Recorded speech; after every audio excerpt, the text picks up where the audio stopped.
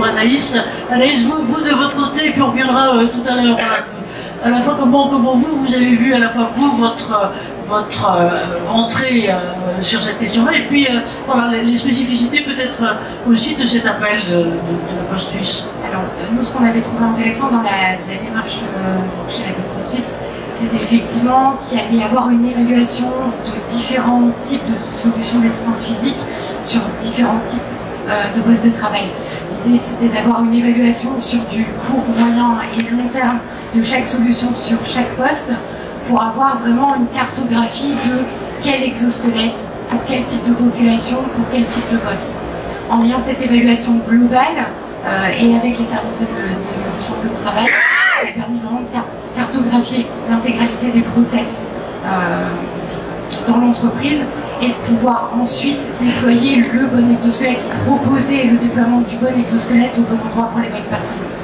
Je pense que Lionel pourra revenir aussi dessus, puisque c'est un peu ce qui s'est passé aussi à la SNCF, où l'entreprise évalue pour chacun des types de postes et des types de tâches les différents types d'exosquelettes pour pouvoir avoir une cartographie qui soit claire et savoir quel exosquelette on va proposer à qui.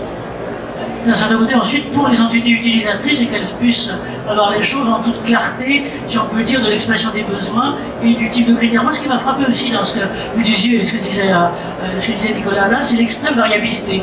Alors, d'un certain côté, on peut tous être un peu contents parce qu'on a tous l'impression que sinon, on est des personnages ou des personnes, peut-être pas forcément normés, tous pareils, même calibrés autres. Et c'est pas vrai, je me souviens, pardon de l'anecdote,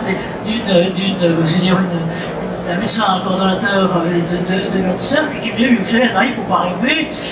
En fait, les normaux, si on peut dire, c'est à peine 30% de la population. Tous les autres, on a tous quelque chose qui cloche, on n'est pas fichu pareil, il y a un truc là, et d'où la difficulté finalement de votre défi. Un mot Nicolas, et après on va passer la parole à Jérôme. À ce sujet, c'est vraiment intéressant parce que la manière dont on présente les résultats d'une année de test, et là on a des discussions assez animées dans l'équipe de projet, parce qu'en général on aime bien vraiment dans les projets prendre des choses par processus. Et par processus on doit fournir une solution et comme ça on couvre tout. Et en l'occurrence, c'est encore le point de discussion sur la manière dont on va le présenter, parce que moi je pense qu'il faut le démarrer par l'humain. Et donc ça nous fait un peu peut-être nager à contre-courant, mais je crois que c'est que les poissons morts qui nagent dans le sens du courant.